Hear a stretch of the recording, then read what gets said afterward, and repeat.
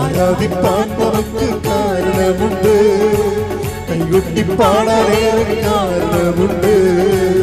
ആരാധിപ്പാൻ നമുക്ക് കാരണമുണ്ട്, കൈകൊട്ടിപ്പാടാനേറെ കാരണം. സ്തുതിക്കട്ടെ. ഹല്ലേലൂയ ഹല്ലേലൂയ. യേശുവേ നന്ദി നന്ദി. ഹല്ലേലൂയ ആരാധന ആരാധന. ഹല്ലേലൂയ ഹല്ലേലൂയ ഹല്ലേലൂയ. യേശുവേ സ്തുതി ആരാധന. ഹല്ലേലൂയ ഹല്ലേലൂയ. വിശ്വാസി ആരാധനകളെ പ്രാർത്ഥിക്കുന്നു. മഹത്വം മഹത്വം എല്ലാ ദൗത്യങ്ങളെയും യേശുവേ പ്രാർത്ഥിക്കുന്നു. ഹല്ലേലൂയ ഹല്ലേലൂയ. യേശുവേ ആരാധന മഹത്വം. യേശുവേ ആരാധന ആരാധന ആരാധന. ഹല്ലേലൂയ ഹല്ലേലൂയ ഹല്ലേലൂയ ഹല്ലേലൂയ. ഉന്നത വിളിയാൽ വിളിച്ചുവെന്നേ, ചോദിച്ചതും ഉള്ളിൽ പോലും നിറച്ചതല്ല.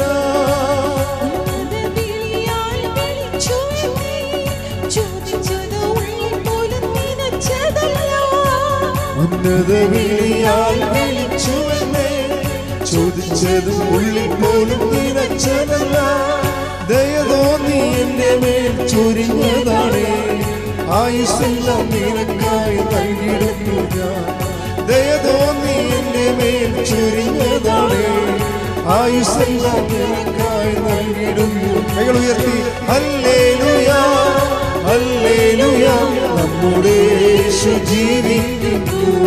ഉറക്കെ ഉറക്കെ ഹല്ലേലൂയ ഹല്ലേലൂയ. നമ്മുടെ യേശു ജീവിക്കുന്നു.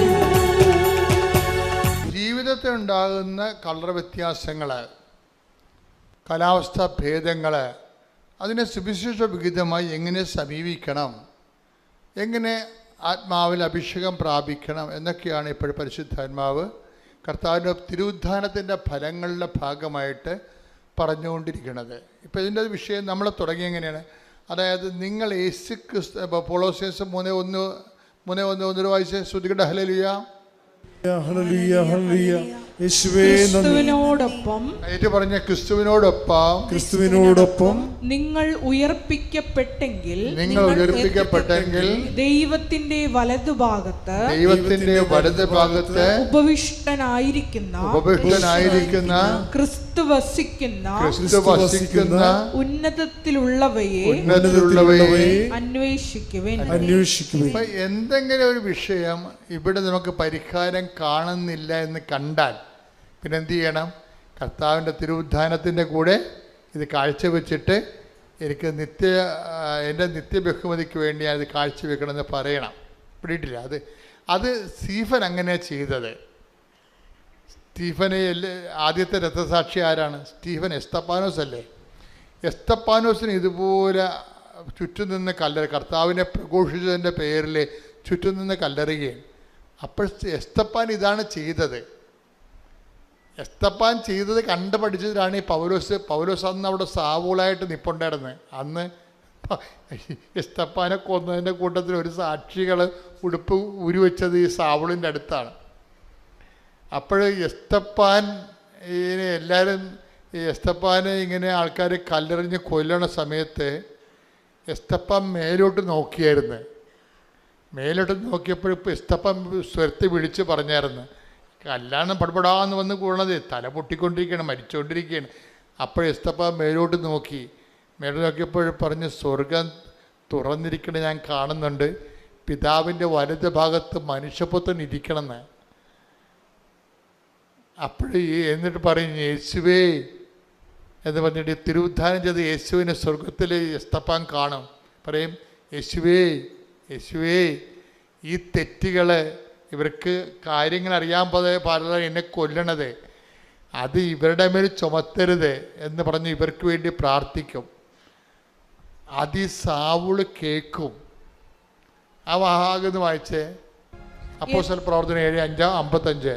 എന്നാൽ അവൻ പരിശുദ്ധാത്മാവിനാൽ നിറഞ്ഞ് സ്വർഗത്തിലേക്ക് നോക്കി ദൈവത്തിന്റെ മഹത്വം ദർശിച്ചു. അതാണ് സ്റ്റീഫനെ കല്ലെറിഞ്ഞപ്പോഴ് അവന്റെ തല പൊട്ടി തലച്ചോർ ചെതറണ സമയത്ത് അവനവരെ തന്തയ്ക്ക് വിളിക്കുകയും തെറിവിളിക്കുകയല്ല ചെയ്തത്. സാവുൾ ആദ്യമായിട്ട്, സാവുൾ എന്ന് പറയുന്ന പൗലോസ് അപ്പോസ്തലൻ്റെ ആദ്യ വേർഷൻ പുള്ളിയുടെ ഗൃഹസ്ഥാശ്രമ കാലത്ത് സംഭവിച്ചതാണ്. അപ്പോഴും സാക്ഷികൾ വായിച്ച് 7:58 അവർ അവനെ നഗരത്തിന് പുറത്താക്കി കല്ലെറിഞ്ഞു. അവർ അവനെ ആരനെ? സ്റ്റീഫനെ നഗരത്തിന് പുറത്താക്കി കല്ലെറിഞ്ഞു. സാക്ഷികൾ തങ്ങളുടെ കല്ലെറിഞ്ഞ സാക്ഷി, കല്ലെറിയാൻ നേരത്തെ ആചാരം അനുസരിച്ച് അവരുടെ വസ്ത്രങ്ങൾ മാറ്റിയിട്ട് അവര് കല്ലെറിയാൻ വേണ്ടി പോവുകയാണ്. ആ സാക്ഷികൾ തങ്ങളുടെ വസ്ത്രങ്ങൾ സാവുൾ എന്ന ഒരു യുവാവിന്റെ കാൽക്കൽ അഴിച്ചു വെച്ചു. ഈ സാവൂളാണ് പൗലോസ് അപ്പോസ്തലൻ. അങ്ങനെ അന്ന് കൊല്ലണ കൂട്ടത്തിൽ കൂടിയ ആളാണ്. ഈ സാവൂളിൻ്റെ കാൽക്കൽ സാക്ഷികൾ വസ്ത്രങ്ങൾ അഴിച്ചു വെച്ചു. അപ്പം സാവൂള് കണ്ട കാഴ്ചയാണ് എന്താണ്? സ്റ്റീഫൻ മേലോട്ട് നോക്കണ കണ്ടായിരുന്നു. എന്നിട്ട് ആരെ കണ്ട്? എന്നിട്ട് ശിവൻ പറഞ്ഞു, സ്വർഗം തുറന്നിരിക്കണ കാണുന്നുണ്ട്. പിതാവിൻ്റെ വലതുഭാഗത്ത് ഞാൻ സ്നേഹിക്കുന്ന, എനിക്ക് എന്നെ വീണ്ടെടുത്ത കർത്താവ് ഉയർത്തെഴുന്നേറ്റ് അവൻ്റെ കൂടെ വസിക്കുന്നു എന്ന് പറയും. കർത്താവേ, ഈ തെറ്റ്, ഇവർ കാണിക്കുന്ന കാര്യങ്ങൾ, എൻ്റെ കൊലപാതകം പോലും ഇവരുടെ മേൽ അങ്ങ് ചിന്തരുത്. അങ്ങ് കുരിശിൽ കിടന്ന് പ്രാർത്ഥിച്ചപ്പോൾ ഞാൻ പ്രാർത്ഥിക്കുകയാണ്, ഈ തെറ്റുകൾ ഇവരുടെ മേൽ ചിന്തരുത് എന്ന് പറയും. അപ്പം അന്ന് അത് കേട്ട്, അത് ആരാണ് കേട്ടത്? സാവൂളാണ് കേട്ടത്.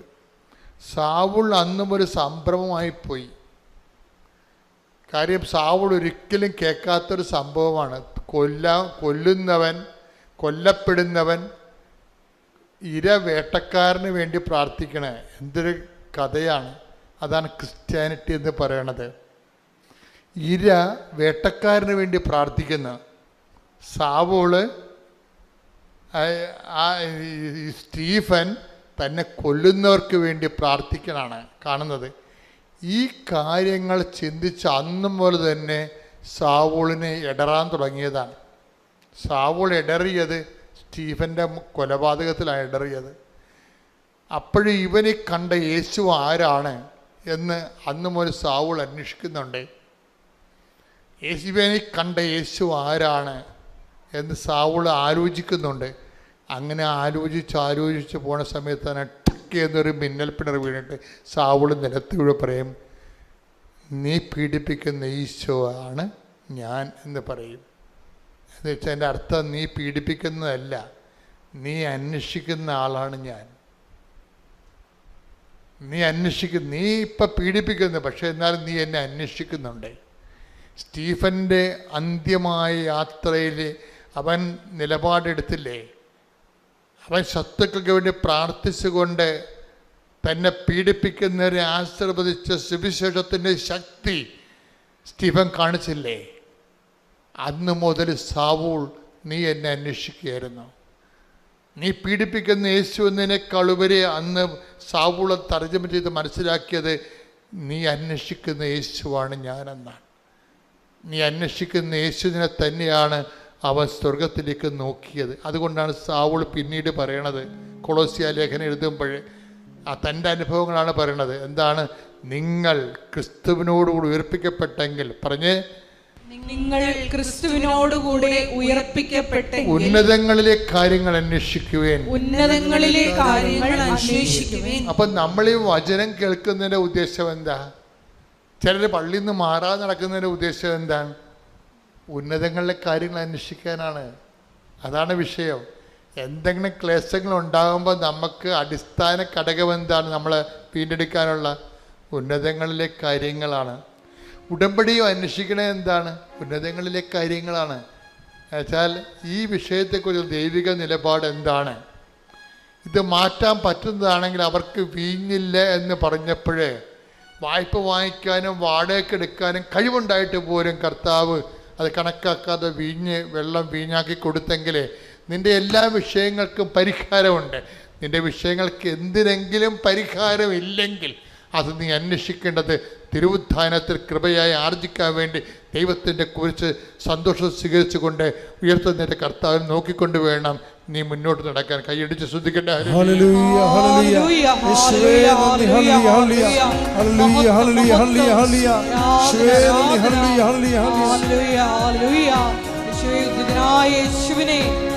അങ്ങ് ലക്ഷ്യമാക്കി ഞങ്ങളുടെ ജീവിതം പുനഃക്രമീകരിക്കുവാൻ ഈ ആരാധനയിലൂടെ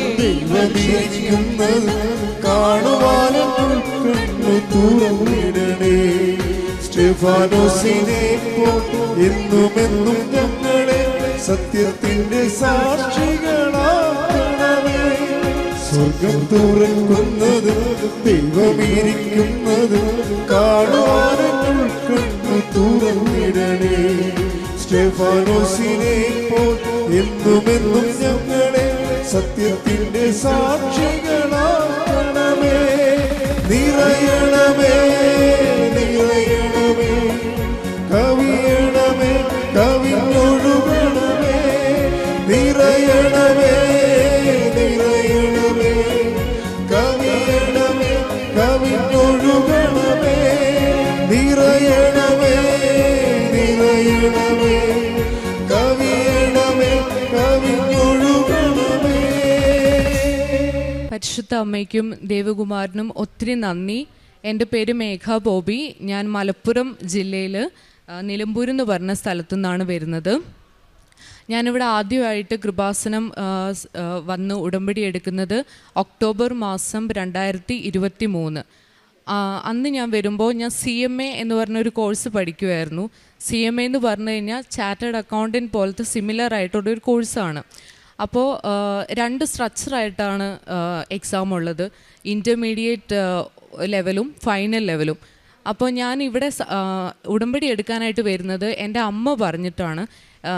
അമ്മ കൃപാസനത്തിൻ്റെ ഒത്തിരി സാക്ഷ്യങ്ങൾ ഇങ്ങനെ യൂട്യൂബ് വഴി കുറേ കണ്ട് അങ്ങനെ അമ്മ വഴിയാണ് എൻ്റെ അടുത്ത് പറഞ്ഞത് നമുക്കിങ്ങനെ പോവാം എന്നുള്ളത്. അങ്ങനെ ഇവിടെ വരുമ്പോഴാണ് ഡിസംബർ 2023 എനിക്ക് ഫൈനലിൻ്റെ ഒരു ഗ്രൂപ്പിൻ്റെ എക്സാം ഉണ്ട്. ഒരു ഗ്രൂപ്പ് എന്ന് പറയുമ്പോൾ 4 പേപ്പർ. അങ്ങനെ ഞാനിവിടെ വരുന്നു, വന്ന് ഉടമ്പടി എടുക്കുന്നു. ഉടമ്പടി എടുത്തിട്ട് ഞാൻ ഈ ഇൻ്റർമീഡിയറ്റ് എന്ന് പറയുന്നത് 8 പേപ്പറാണ് മൊത്തം, ഫൈനലും 8 പേപ്പർ. അപ്പോൾ ഇൻ്റർമീഡിയറ്റൊക്കെ യൂഷ്വലി ഓരോരുത്തർക്ക് പെട്ടെന്നൊക്കെ ക്ലിയർ ആവുന്നതാണ്. ഫൈനലാണ് എല്ലാവർക്കും ഒത്തിരി തവണ എഴുതി കിട്ടുന്നത്.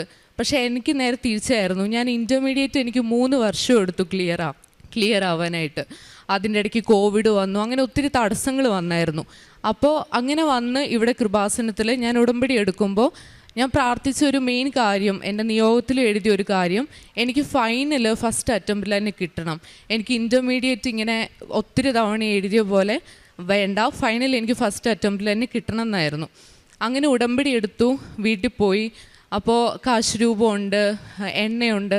അപ്പോൾ എനിക്കെന്ന് പറഞ്ഞാൽ അതെ ഉടമ്പടി തൈലം, പിന്നെ ഉപ്പ്.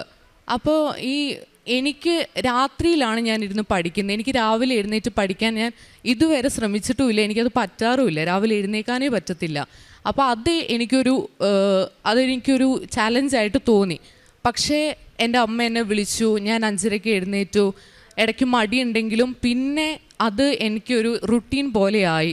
രാവിലെ എഴുന്നേൽക്കുന്നു, പ്രാർത്ഥന ചെല്ലുന്നു, മാതാവിൻ്റെ കാശുരൂപം പിടിച്ചുകൊണ്ട് സ്റ്റാർട്ട് ചെയ്യുന്നു. എനിക്ക് തിയറി പേപ്പർ ഭയങ്കര ബുദ്ധിമുട്ടായിരുന്നു. പക്ഷെ രാവിലെ ഞാൻ മാതാവിൻ്റെ ഈ പ്രാർത്ഥനയൊക്കെ ചൊല്ലി ഞാൻ ആദ്യം ഇരിക്കുന്നത് തന്നെ ലോ പേപ്പറിലായിരുന്നു. അപ്പോൾ ലോ പേപ്പർ തിയറി ആയതുകൊണ്ട് തന്നെ എനിക്ക് ഭയങ്കര ബുദ്ധിമുട്ടായിരുന്നു. പക്ഷേ മാതാവിൻ്റെ ആ തൈലം അത് ഞാൻ കുരിശിൻ്റെ ആകൃതിയിൽ ടെക്സ്റ്റിൽ ഫ്രണ്ടിൽ ഇങ്ങനെ വരയ്ക്കുമായിരുന്നു. എന്നിട്ടാണ് ഞാൻ എപ്പോഴും സ്റ്റാർട്ട് ചെയ്തുകൊണ്ടിരുന്നത്. അപ്പോൾ അതെനിക്ക് ഗ്രാജുവലി എനിക്ക് തോന്നി ലോ ഇത്ര പഠിച്ച പോലെയല്ല, എനിക്ക് നല്ലപോലെ ഗ്രാബ്സ് ചെയ്യാൻ പറ്റുന്നുണ്ട്. ഓരോരോ പേജുകൾ പെട്ടെന്ന് ഫാസ്റ്റായിട്ട് എനിക്ക് ബാക്കിയുള്ള പേപ്പേഴ്സ് വെച്ച് എനിക്ക് ലോ പെട്ടെന്ന് മൂവ് ചെയ്യാൻ പറ്റുന്നുണ്ട്. അപ്പോൾ അങ്ങനെ ഒത്തിരി അനുഭവം എനിക്ക് പഠിക്കുന്നതിൻ്റെ ഇടയ്ക്കാണെങ്കിൽ ഒത്തിരി അനുഭവങ്ങൾ എനിക്ക് പെട്ടെന്ന് ഗ്രാസ്പ് ചെയ്യാൻ പറ്റുന്നുണ്ട്. അപ്പോൾ പ്രാർത്ഥനകളാണെങ്കിലും നല്ലപോലെ ചെല്ലാൻ തുടങ്ങി. പിന്നെ എൻ്റെ പേഴ്സണൽ ലൈഫാണെങ്കിലും എൻ്റെ സ്വഭാവമൊക്കെ ഒത്തിരി മാറാൻ തുടങ്ങി. വീട്ടിൽ തന്നെയായിരുന്നു. അപ്പോൾ അമ്മയുടെ അടുത്തൊക്കെ നല്ല രീതിയിലൊക്കെ ദേഷ്യമൊക്കെ കുറച്ച് കുറയുകയൊക്കെ ചെയ്തു. അങ്ങനെ നല്ല രീതിയിൽ അങ്ങനെ ഞാൻ ഡിസംബർ 2023 എക്സാം എഴുതി. 4 പേപ്പർ എനിക്ക് ക്ലിയറായി. അത് കഴിഞ്ഞ് പിന്നെ വരുന്ന എക്സാം ജൂൺ 2024 അപ്പോൾ അന്നേരവും ഞാൻ 4 പേപ്പർ എഴുതി. അന്നേരം ഈ എക്സാമിന് പോകുമ്പോൾ കാശ് രൂപ എനിക്ക് എപ്പോഴും ഉണ്ടായിരുന്നു. അപ്പം ഞാൻ നല്ലപോലെ പ്രിപ്പയർ ചെയ്ത് പോയൊരു എക്സാമാണ് ഫിനാൻഷ്യൽ മാനേജ്മെൻറ്റ് എന്ന് പറയുന്നൊരു പേപ്പർ. നല്ലപോലെ ഞാൻ പ്രിപ്പയർ ചെയ്ത് പോയതാണ്. പക്ഷേ എനിക്ക് ഏറ്റവും ടഫായിട്ട് വന്ന ഒരു പേപ്പറായിരുന്നു അത് ഞാൻ ഒത്തിരി പ്രാർത്ഥിച്ചു. ഞാൻ സത്യം പറഞ്ഞാൽ പോയി എന്ന് തന്നെ വിചാരിച്ചേ. കാരണം നമ്മുടെ ഈ കോഴ്സിൻ്റെ ഒരു പ്രത്യേകത, ഒരു പേപ്പർ ഫെയിലായി കഴിഞ്ഞാൽ ബാക്കി എല്ലാം കൂടെ എഴുതണം. അപ്പോൾ അതെനിക്ക് ഭയങ്കര ബുദ്ധിമുട്ടായിപ്പോയി. ഞാൻ പ്രാർത്ഥിച്ചു. അപ്പോൾ അമ്മ എൻ്റെ അടുത്ത് പറഞ്ഞു കിട്ടും, എന്തായാലും കിട്ടും എന്നൊക്കെ പറഞ്ഞു. അങ്ങനെ കാശ് രൂപം പിടിച്ചിട്ടായിരുന്നു മുറുകെ പിടിച്ചിട്ടായിരുന്നു എക്സാം എഴുതിക്കൊണ്ടിരുന്നത്. അപ്പോൾ ഞാൻ ചിന്തിച്ചു, ഞാൻ മാതാവിൻ്റെ ഇതൊക്കെ പിടിച്ചല്ലേ എഴുതിയത്, എനിക്ക് എന്തായാലും കിട്ടും എന്നുള്ളത് എൻ്റെ മനസ്സിലും ഉണ്ടായിരുന്നു, ഒരു പോസിറ്റീവായിട്ടൊരു എനർജി. അങ്ങനെ ജൂൺ 2024 എക്സാമിൻ്റെ റിസൾട്ട് വന്നു. എനിക്ക് ഫസ്റ്റ് അറ്റംപ്റ്റിൽ തന്നെ ഞാൻ ഫൈനൽ ക്ലിയറായി. ഞാൻ ഒക്ടോബർ 2023 ഉടമ്പടി എടുത്തു. ജൂൺ 2024, അതായത് 2 ടേമിലാണ് എക്സാം നടക്കുക, ഡിസംബർ ടേമും ജൂണും. ഞാൻ ഇവിടെ വന്ന് ഉടമ്പടി എടുത്ത് അപ്പം തന്നെ എനിക്ക് ഫൈനൽ ക്ലിയർ ആക്കാൻ പറ്റി. അത് പിന്നെ എനിക്കൊരു സാക്ഷ്യം എന്ന് പറഞ്ഞാൽ, ഞാൻ രണ്ടാമത് ഇവിടെ സാക്ഷ്യം പറയാൻ വന്നതാണ്. അപ്പോൾ എനിക്ക് ഒരു ജോലി കൂടെ കിട്ടി, നല്ല ജോലി കൂടെ കിട്ടിയിട്ട് സാക്ഷ്യം പറയണം എന്നുള്ളത് എനിക്കൊരാഗ്രഹമായിരുന്നു. അങ്ങനെ ഞാൻ ഇവിടെ വന്ന് ഉടമ്പടി പുതുക്കുന്നത് സെപ്റ്റംബർ 2024. അങ്ങനെ ഇവിടെ വന്ന് പുതുക്കുന്ന സമയത്ത് ഞാൻ എഴുതിയ നിയോഗത്തിൽ എഴുതിയൊരു കാര്യമാണ്, എനിക്ക് ക്യാമ്പസ് പ്ലേസ്മെൻറ്റ് ത്രൂ തന്നെ ജോബ് കിട്ടണം എന്നുള്ളത്. ഞാൻ പ്രാർത്ഥിച്ചു. എനിക്ക് ചെന്നൈയിലായിരുന്നു, ഞാൻ ഇവിടുന്ന് ഉടമ്പടി പുതുക്കി കഴിഞ്ഞ് നെക്സ്റ്റ് വീക്ക് ചെന്നൈയിലേക്ക് പോയി 3 ദിവസത്തെ പ്ലേസ്മെൻറ്റ് ഇൻ്റർവ്യൂവിനായിട്ട്. അവിടെ ചെന്ന് 3ാമത്തെ ദിവസം എനിക്ക് നല്ലൊരു US MNC കമ്പനിയിൽ ഓഫർ ലെറ്ററോട് കൂടിയാണ് ഞാൻ തിരിച്ച് വീട്ടിലേക്ക് വരുന്നത്. അന്നേരം ഞാൻ ഈ ഇൻ്റർവ്യൂവിനൊക്കെ പോകുമ്പോൾ എനിക്ക് യൂഷ്വലി ഭയങ്കര പേടിയുള്ള ഒരാളാണ്. സംസാരിക്കുമ്പോൾ എഡറും അങ്ങനെയൊക്കെ പ്രശ്നമുണ്ട്. കോൺഫിഡൻറ്റ് ആണെങ്കിലും പക്ഷേ ഭയങ്കര ഒരു എടർച്ചയൊക്കെ വരും. പക്ഷെ ഞാൻ ഇൻ്റർവ്യൂവിന് പോകുന്ന സമയത്ത് ഇവിടുന്ന് കൃപാസനത്തിലെ ഉപ്പ് ഞാൻ നാവിൽ കുരിശ് ആകൃതിയിൽ വരച്ച് അങ്ങനെയാണ് ഞാൻ ഇൻ്റർവ്യൂവിന് പോയത്. ഞാൻ ഭയങ്കര കോൺഫിഡൻ്റ് ആയിട്ടാണ് ആൻസേഴ്സൊക്കെ പറഞ്ഞത്. എനിക്ക് തന്നെ ഭയങ്കര സന്തോഷം തോന്നി. അപ്പോൾ ഒത്തിരി ഒത്തിരി അനുഗ്രഹങ്ങൾ എനിക്ക് ഇവിടെ നിന്ന് കിട്ടിയിട്ടുണ്ട്. ഞാനത് മുന്നോട്ട് കൊണ്ടുപോകാൻ തന്നെ എനിക്ക് ഒത്തിരി അത് പ്രയോജനപ്പെടുത്തിയിട്ടുണ്ട്. പിന്നെ എക്സാമിൻ്റെ ടൈമിലാണെങ്കിലും കുഞ്ഞാണെങ്കിലും എനിക്കത് വലിയ കാര്യങ്ങളാണ്.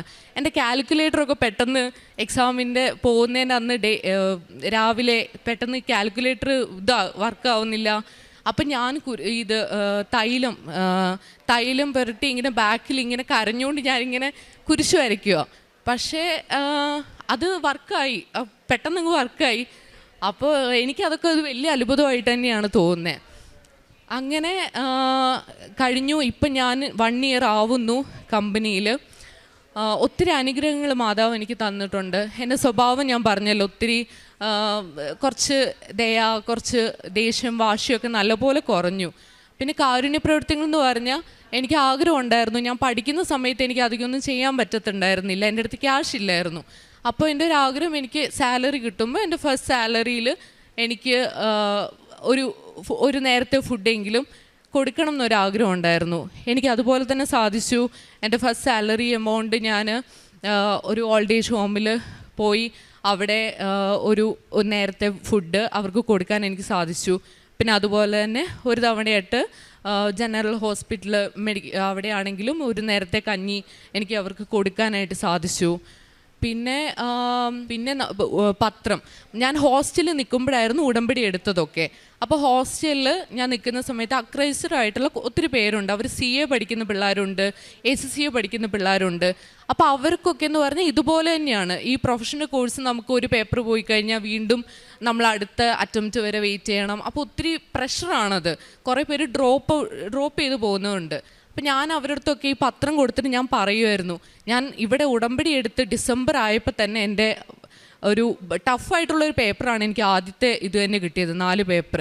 അപ്പോൾ ഇങ്ങനെ അനുഭവങ്ങളുണ്ട്, നിങ്ങൾ പ്രാർത്ഥിക്കുക ഉറപ്പായിട്ടും കിട്ടും എന്നൊക്കെ പറഞ്ഞ് അങ്ങനെ ഒത്തിരി പേര് അന്ന് എൻ്റെ അടുത്ത് പറഞ്ഞിട്ടുണ്ട്. ഇതൊക്കെ യൂട്യൂബിൽ ഞാൻ കണ്ടിട്ടുണ്ട്, ഇതൊക്കെ പറയിപ്പിച്ച് ചെയ്യിപ്പിക്കുന്നതെന്നൊക്കെ എൻ്റെ അടുത്ത് കുറച്ച് ഫ്രണ്ട്സ് പറഞ്ഞിട്ടുണ്ട്. പക്ഷേ എനിക്ക് കിട്ടി. അങ്ങനെ 2-3 പേർക്ക് ഇങ്ങനൊരു അനുഭവം കിട്ടി എന്ന് പറഞ്ഞു കഴിഞ്ഞപ്പോഴത്തേനും അവർക്കും ഭയങ്കര വിശ്വാസമായി. അങ്ങനെ ഞാൻ വഴി എൻ്റെ 2 ഫ്രണ്ട്സ് ഇവിടെ വന്ന് ഉടമ്പടി എടുത്തിട്ടുണ്ട്. എനിക്ക് എൻ്റെ ജീവിതത്തിലും എൻ്റെ വ്യക്തി ജീവിതത്തിലാണെങ്കിലും എൻ്റെ ഫാമിലിയിലാണെങ്കിലും മാതാവ് തന്ന അനുഗ്രഹങ്ങൾക്ക് ഒത്തിരി നന്ദി പറയുന്നു. യേശുപ്പനും എൻ്റെ അമ്മ മാതാവിനും 1000 നന്ദി പറഞ്ഞുകൊണ്ട് ഞാൻ എൻ്റെ അമ്മ മാതാവ് എനിക്ക് തന്ന എല്ലാ നന്മകളും ഞാൻ ഇവിടെ പറയുകയാണ്. ആദ്യമായി ഞാൻ പറയുന്നത്, ഞാൻ എന്നെ തന്നെ ആദ്യം പെട്ടെന്നൊന്ന് പറഞ്ഞേക്കാം. എൻ്റെ പേര് വത്സല. ഞാൻ പോത്തങ്കോട് നിന്നാണ് വരുന്നത്. എൻ്റെ ഭർത്താവ് മരിച്ചു പോയിട്ട് 17 വർഷമായി. എനിക്ക് 2 പെൺകുട്ടികളാണ്. മൂത്ത ആളാണ് ഈ നിൽക്കുന്നത്. എൻ്റെ മകളെ കല്യാണം കഴിഞ്ഞിട്ട് 1.5 വർഷമായി. ഞാനിവിടെ ആദ്യമായിട്ട് വരുന്നത് ഏപ്രിൽ 2024 ഏപ്രിൽ 3-ാം തീയതിയാണ്. ഞാൻ എൻ്റെ അമ്മ മാതാവ് എനിക്ക് നേടിത്തന്ന എൻ്റെ മകളുടെ വിവാഹം, എൻ്റെ അമ്മയാണ് ആദ്യം ഇവിടെ ഉടമ്പടി എടുത്തത്. അപ്പം അതുവഴി എൻ്റെ മകളെ വിവാഹം ഞാനൊന്നും അറിഞ്ഞില്ല. എല്ലാം എൻ്റെ അമ്മ മാതാവ് എനിക്ക് നടത്തി തന്നതാണ്. അതിന് നന്ദി പറയാനായിട്ടാണ് ഞാനിവിടെ വന്നത്. നന്ദി പറഞ്ഞു. ഞാനിവിടെ നിന്ന് ഉടമ്പടി എടുത്തു. ഞാൻ തിരിച്ച് വീട്ടിൽ പോയി. ഞാനന്ന് ചിന്തിച്ചത്, എൻ്റെ അമ്മ മാതാവ് എനിക്കെല്ലാം നേടിത്തന്നു. അപ്പോൾ അമ്മ മാതാവിനോട് എനിക്കൊന്നും പറയാനില്ല. അപ്പം ഞാൻ മറ്റുള്ള കാര്യങ്ങളാണ് ഞാൻ എൻ്റെ കുഞ്ഞമ്മയുടെ മക്കളുടെ കാര്യമൊക്കെയാണ് ഞാൻ എഴുതിയത്. ഞാൻ വീട്ടിൽ പോയി. മെയ് മാസത്തിൽ എനിക്ക് കിണറില്ലായിരുന്നു. അപ്പം ഇങ്ങോട്ട് വന്ന് എന്നോട് നിനക്ക് കിണർ കുഴിക്കണ്ടേ മോളെ എന്ന് ചോദിച്ചു. ഞാൻ പറഞ്ഞു, ഞാൻ കിണർ കുഴിക്കണം. അപ്പം കിണർ കുഴിച്ചു. എല്ലാ കാര്യങ്ങളും ഞാനൊന്നും അറിഞ്ഞില്ല. ആ കൺട്രാക്ട് തന്നെയാണ് കിണറെല്ലാം കുഴിച്ച് തന്നതും. എനിക്ക് കിഴക്ക് നിന്നാണ് എനിക്ക് ഊറ്റ് കണ്ടതും. നല്ല 10-26 തൊടിയോളം ആഴമുണ്ട്. കിണറിൽ വെള്ളം കണ്ടു. ഇന്ന് വരെ നമുക്ക് വെള്ളത്തിനൊരു ബുദ്ധിമുട്ടില്ല. ഞങ്ങൾ ഒത്തിരി വെള്ളത്തിന് ബുദ്ധിമുട്ട് അനുഭവിച്ചിട്ടുണ്ട്. രണ്ടാമത്തെ സാക്ഷ്യം എന്ന് പറയുന്നത്, എനിക്കൊരു ആക്സിഡൻ്റ് ഉണ്ടായിരുന്നു. എൻ്റെ തെറ്റ് തന്നെയാണ്. ഇടതുവശത്ത് കുഴിയായതുകൊണ്ട് വലതുവശത്തോട്ട് വണ്ടിയെ കൊണ്ടുവന്നപ്പോൾ ഫ്രണ്ടിൽ നിന്ന് വന്നൊരു കാറും ഞങ്ങളും കൂടെ ഒരു വലിയൊരു സൗണ്ട് കേട്ട് ഞാൻ കൊണ്ട് വണ്ടി ഒരു സൈഡിൽ ഒതുക്കി, അവർ കൊണ്ട് വലത് സൈഡ് വണ്ടി ഒതുക്കി. ആ സമയത്ത് ഒരു വിറയലായിരുന്നു. എന്ത് സംഭവിച്ചെന്നൊന്നും അറിയാൻ വയ്യ. ഞാൻ നോക്കുമ്പോൾ എനിക്കും എൻ്റെ ഈ മോക്കും ഒരു കുഴപ്പമില്ല. അപ്പോൾ എനിക്ക് പൂർണ്ണ ഉറപ്പായിരുന്നു ആ കാറുകാർക്ക് എന്തോ സംഭവിച്ചു. എല്ലാവരും നോക്കി നിന്നു അന്തം വിട്ടു. ഒരു വലിയൊരു സൗണ്ട് കേട്ടതുകൊണ്ട് എന്ത് സംഭവിച്ചെന്നറിയാൻ വയ്യ. അപ്പോൾ എൻ്റെ അടുത്ത് നിന്ന് ഒരു ചേട്ടൻ പറഞ്ഞ്, മോളെ ഒരു കാര്യം ചെന്ന് അവർ ഒന്ന് നോക്ക്, സോറി പറ, എന്താണ് സംഭവിച്ചതെന്ന്. ഞാൻ ഓടി വന്ന്, ഞാൻ അടുത്ത് വന്നപ്പോൾ ഞാൻ ആദ്യം കണ്ടത് ആ കാറിൻ്റെ ഫ്രണ്ടിൽ ജപമാല തൂങ്ങിക്കിടക്കണതാണ്. അപ്പോൾ എനിക്കൊരു സമാധാനമായി. ഞാൻ വന്ന് ചോദിച്ച്, എന്തെങ്കിലും കുഴപ്പമുണ്ടോ? അപ്പോൾ അവർ പറഞ്ഞു, ഞങ്ങൾക്കൊരു കുഴപ്പമില്ല, ആ സ്കൂട്ടറിൽ പോയവർക്കൊന്നും കുഴപ്പമുണ്ടാകുന്നത്. ഞാൻ പറഞ്ഞു, ഞാനാണ് മാമ വണ്ടി ഓടിച്ചത്, ഒരു കുഴപ്പമില്ല. അമ്മ മാതാവ് അവിടെയും ഞങ്ങളെ ഒരാപത്തുമില്ലാതെ കണ്ണിലെ കൃഷ്ണമണി പോലെ അമ്മ കാത്തു പരിപാലിച്ചു. പിന്നെ ഉള്ള ഒരിതെന്ന് വെച്ചാൽ, എൻ്റെ മോളെ കല്യാണം കഴിഞ്ഞു, പറഞ്ഞല്ലോ, മോളെ ഗർഭിണിയായി, സന്തോഷമുള്ള കാര്യമാണ്. 5-ാം മാസം ആയപ്പോഴാണ് പറയുന്നത്, എൻ്റെ മോളെ കുഞ്ഞിന് കംപ്ലൈൻ്റാണ്. ഡോക്ടറിൻ്റെ ഭാഷയിൽ പറഞ്ഞു കഴിഞ്ഞാൽ, അവരെ ഭാഷയിൽ പറഞ്ഞാൽ മംഗോളിസോ എന്ന് പറയും. അപ്പോൾ ഈ മംഗോളിസോ എന്ന് പറയുന്നത് എന്താണെന്ന് ഇതുവരെ ഞാൻ കേട്ടിട്ട് പോലുമില്ല. അപ്പം മോളെന്നെ വിളിച്ചു പറഞ്ഞ്, അമ്മ എന്തോ പ്രശ്നമുണ്ടെന്ന് പറഞ്ഞ് സ്കാൻ ചെയ്ത ഡോക്ടർ വെള്ളിയാഴ്ചയാണ് കാണിക്കാനുള്ളത്, ഇന്ന് തന്നെ പറ്റുമെങ്കിൽ കൊണ്ടുപോയി കാണിക്കാൻ പറഞ്ഞു. ഞാൻ പറഞ്ഞു, മക്കളെ നിൽക്കി, ഞാൻ വരട്ടെ, വന്നിട്ട് കൊണ്ട് കാണിക്കാം. അപ്പം ഞാൻ ഒരു കാര്യം പറയാൻ വിട്ടുപോയി. എനിക്ക് യൂട്രസിൻ്റെ സർജറിയൊക്കെ കഴിഞ്ഞ ഒരു വ്യക്തിയാണ്. ഞാൻ പറഞ്ഞു, എൻ്റെ സർജറി നമുക്ക് ചെയ്ത ഡോക്ടറിനെ കൊണ്ട് കാണിക്കാം. അങ്ങനെ ഞങ്ങൾ ഡോക്ടറിനെ കൊണ്ട് കാണിച്ചു. ആ സ്കാനിങ് റിപ്പോർട്ട് ഡോക്ടറിനെ കൊണ്ട് കാണിച്ചപ്പോൾ ഡോക്ടർ ഇങ്ങനെ പറഞ്ഞു, ഇത് മംഗോളിസോ എന്ന് പറയുന്ന ഒരു രോഗമാണ്, മിക്കവാറും കുഞ്ഞിനെ അബോർഷൻ ചെയ്ത് കളയേണ്ടി വരുമെന്ന് പറഞ്ഞു. അബോർഷൻ ചെയ്യുന്ന 5 മാസമായ ഒരു കുഞ്ഞിനെ അബോർഷൻ ചെയ്ത് കളയുക എന്ന് കേൾക്കുമ്പോൾ നമുക്കെല്ലാവർക്കും അതൊരു വലിയൊരു വിഷമമായിരുന്നു. ആ സമയത്ത് ഞാൻ അമ്മ മാതാവ് നമുക്ക് തന്നിട്ട് അത് തിരിച്ചെടുക്കരുതേ അമ്മയെന്ന് പറഞ്ഞ് വീട്ടിൽ വന്നു. ഞാൻ അമ്മയുടെ വിശുദ്ധ തൈലം എടുത്ത് എൻ്റെ മകളുടെ ഉദരത്തിൽ പുരട്ടി ഞാൻ വിശ്വാസ പ്രമാണം ചൊല്ലി പ്രാർത്ഥിച്ചു. പിറ്റേന്ന് എൻ്റെ മോളെ ആ ഡോക്ടർ തന്ന ഒരു നമ്പറിൽ കാണിക്കാനായിട്ട് കൊണ്ടുപോയി. ഞാനല്ല പോയത്, അവർ അനിയത്തിയും ചേട്ടത്തിയും കൂടെ പോയി. ഞാൻ സ്കൂൾ ഉച്ചഭക്ഷണം ഉണ്ടാക്കുന്ന ഒരു വ്യക്തിയാണ്. എനിക്ക് സ്കൂളിൽ പോയാലേ ഒക്കുള്ളൂ. ഞാൻ അവിടെ ചെന്നിരിക്കും. ചൊവ്വാഴ്ച ദിവസമാണ് ഞാൻ അവിടെ ഇരിക്കണമെങ്കിലും ഞാൻ ആ സമയത്ത് ഞാൻ പ്രാർത്ഥിച്ച്, അമ്മ മാതാവേ, ഇന്ന് നടക്കുന്ന ധ്യാനത്തിൽ എൻ്റെ കുഞ്ഞിന് ഒരു ആപത്തും ഇല്ല എന്നുള്ള ഒരു ഇതെനിക്ക് തരണേ അമ്മയെന്ന് പറഞ്ഞ് ഞാൻ പ്രാർത്ഥിച്ചു. അപ്പം ഡോക്ടർ പറഞ്ഞയച്ചത്, ഇന്ന് നിങ്ങൾക്ക് ഡോക്ടറിനെ കാണാൻ കിട്ടുമോ അറിഞ്ഞുകൂടാ, എന്നാലും നിങ്ങൾ പോയി കാണാൻ പറഞ്ഞു. പക്ഷേ അവിടെ ചെന്നപ്പോഴേ അവർക്ക് ഡോക്ടറിനെ കാണാൻ പറ്റി. ഒരു 4 മണിക്കൂർ കഴിഞ്ഞിട്ട് വെയിറ്റ് ചെയ്യാമെന്നുണ്ടെങ്കിൽ ഡോക്ടർ കാണാമെന്ന് പറഞ്ഞു. കണ്ടു, ഡോക്ടർ സ്കാൻ ചെയ്തു. 98% ഒരു കുഴപ്പമില്ല എന്ന് അമ്മ മാതാവ് ഞാൻ ഉറപ്പ് തന്നു. അവിടെ നിന്ന് തിരിച്ച് വീട്ടിൽ വന്ന് ബ്ലഡൊക്കെ ടെസ്റ്റ് ചെയ്യാനുണ്ടായിരുന്നു. ടെസ്റ്റ് ചെയ്തു, 98% ഒരു കുഴപ്പമില്ല എന്ന് അറിഞ്ഞു. എന്നാലും നമ്മളെല്ലാവരുടെ ഉള്ളിലുള്ളതുപോലെ ഒരു വിഷമം എൻ്റെ ഉള്ളിലും ഉണ്ടായിരുന്നു. ഞാൻ ആരാധന കേട്ടുകൊണ്ടിരുന്നപ്പം ജോസഫ് അച്ഛൻ ചോദിച്ച ഒരു ചോദ്യമാണ്, നിൻ്റെ വിശ്വാസം എവിടെ? അപ്പോഴും ഞാൻ ആലോചിച്ച്, ശരിയാണ്, ഞാൻ എന്തിനാണ് ഈ കിടന്ന് കരയുന്നത്? എൻ്റെ അമ്മ മാതാവ് നമ്മളെ കൂടെ ഉണ്ടെങ്കിൽ പിന്നെ എന്തിനു നമ്മൾ കരയണം? തിരിച്ച് എൻ്റെ മോള് ഡോക്ടറിനെ കൊണ്ട് നമ്മൾ റിസൾട്ടൊക്കെ കൊണ്ട് കാണിച്ച്, ഇപ്പോൾ ഡോക്ടർ പറഞ്ഞ് നമുക്ക് നോക്കാം, 98% കുഴപ്പമില്ല എന്ന് പറയുന്നുണ്ട്. എൻ്റെ മോള് 8ാം മാസത്തിലാണ് പ്രസവിച്ചത്. എൻ്റെ മാതാവ് ഒരു കുഴപ്പമില്ലാതെ ഒരു ആരോഗ്യമുള്ള ഒരു കുഞ്ഞിനെ, ഒരു പെൺകുഞ്ഞിനെ നമുക്ക് തന്നിരുന്നു. ഞാൻ ഈ സമയത്തൊക്കെ ഞാൻ ഒരുപാട് പേരുടെ അടുത്ത് പറഞ്ഞ സമയത്ത് ഒരുപാട് പേര് എൻ്റെ അടുത്ത് പറഞ്ഞതെന്ന് വെച്ചാൽ, വത്സേ, ഈ ഒരു പെൺകുട്ടിയാണെങ്കിൽ നീ എന്ത് ചെയ്യും? അബോർഷൻ ചെയ്യുന്നതല്ലേ നല്ലത് എന്ന് ഒരുപാട് പേര് എൻ്റെ അടുത്ത് ചോദിച്ചു. കാരണം ഈ മംഗോളീസോ എന്ന് പറയുന്നത് നമ്മളെ ഭാഷയിൽ പറഞ്ഞാൽ മന്ദബുദ്ധി അത് തന്നെയാണ്. കാരണം എനിക്കറിയാമെന്നുള്ള 1-2 മക്കളെ എനിക്കറിയാം. ഒന്നുകിൽ ബുദ്ധിയുള്ള കുഞ്ഞിനാണെങ്കിൽ അംഗവൈകല്യമായിരിക്കും, ബുദ്ധിയില്ലാത്ത കുഞ്ഞിനാണെങ്കിൽ അംഗവൈകല്യം കാണില്ല. അപ്പം എല്ലാവരും എൻ്റെ അടുത്ത് പറഞ്ഞപ്പോൾ എൻ്റെ മനസ്സിനകത്തും ഒരു ഇതുണ്ടായിരുന്നു, ശരിയാണ്. പക്ഷേ ഞാൻ അമ്മ മാതാവിന് സമർപ്പിച്ചപ്പോഴേ അമ്മ മാതാവ് എനിക്ക് ഒരു കുഴപ്പമില്ലാത്ത ആരോഗ്യമുള്ള ഒരു കുഞ്ഞിനെ എനിക്ക് തന്നു. പിന്നെയുള്ള എൻ്റെ കാരുണ്യ പ്രവൃത്തി എന്ന് പറയുന്നത്, ഞാൻ കൂടുതലും ക്യാൻസർ രോഗികളെയാണ് ഞാൻ കാണാൻ പോകുന്നതും അവർക്ക് തന്നെയാണ് ഞാൻ സഹായിക്കുന്നതും. പിന്നെ പത്രം, ഇവിടുന്ന് വാങ്ങിക്കുന്ന പത്രങ്ങളെല്ലാം ഞാൻ ഓരോ വീടുകളിൽ, കൂടുതലും ഞാൻ നമ്മുടെ ക്രിസ്ത്യൻസിൻ്റെ വീടുകളിൽ പോകില്ല, മറ്റുള്ള വീടുകളിൽ പോയി ഞാൻ എൻ്റെ കുഞ്ഞിൻ്റെ കാര്യവും എൻ്റെ കാര്യവും പറഞ്ഞു തന്നെയാണ് ഞാൻ അവരുടെ മുമ്പിൽ എന്നെ തന്നെയാണ് സാക്ഷ്യപ്പെടുത്തി എൻ്റെ അനുഭവവും എൻ്റെ കുഞ്ഞിൻ്റെ സാക്ഷ്യവുമാണ് ഞാൻ പറഞ്ഞ് എല്ലാവരെയും ഞാനത് പറഞ്ഞ് ബോധ്യപ്പെടുത്തി. ഒത്തിരി നേരം ഞാൻ ഒരു വീടുകളിലിരുന്ന് പ്രാർത്ഥിക്കുകയും കാര്യങ്ങൾ പറഞ്ഞു കൊടുക്കുകയും ചെയ്യാറുണ്ട്. ഇത്രയൊക്കെ ചെയ്തു തന്ന എൻ്റെ അമ്മ മാതാവിനും എൻ്റെ യേശുപ്പനും 1000 കോടാനുകോടി നന്ദി പറഞ്ഞുകൊണ്ട്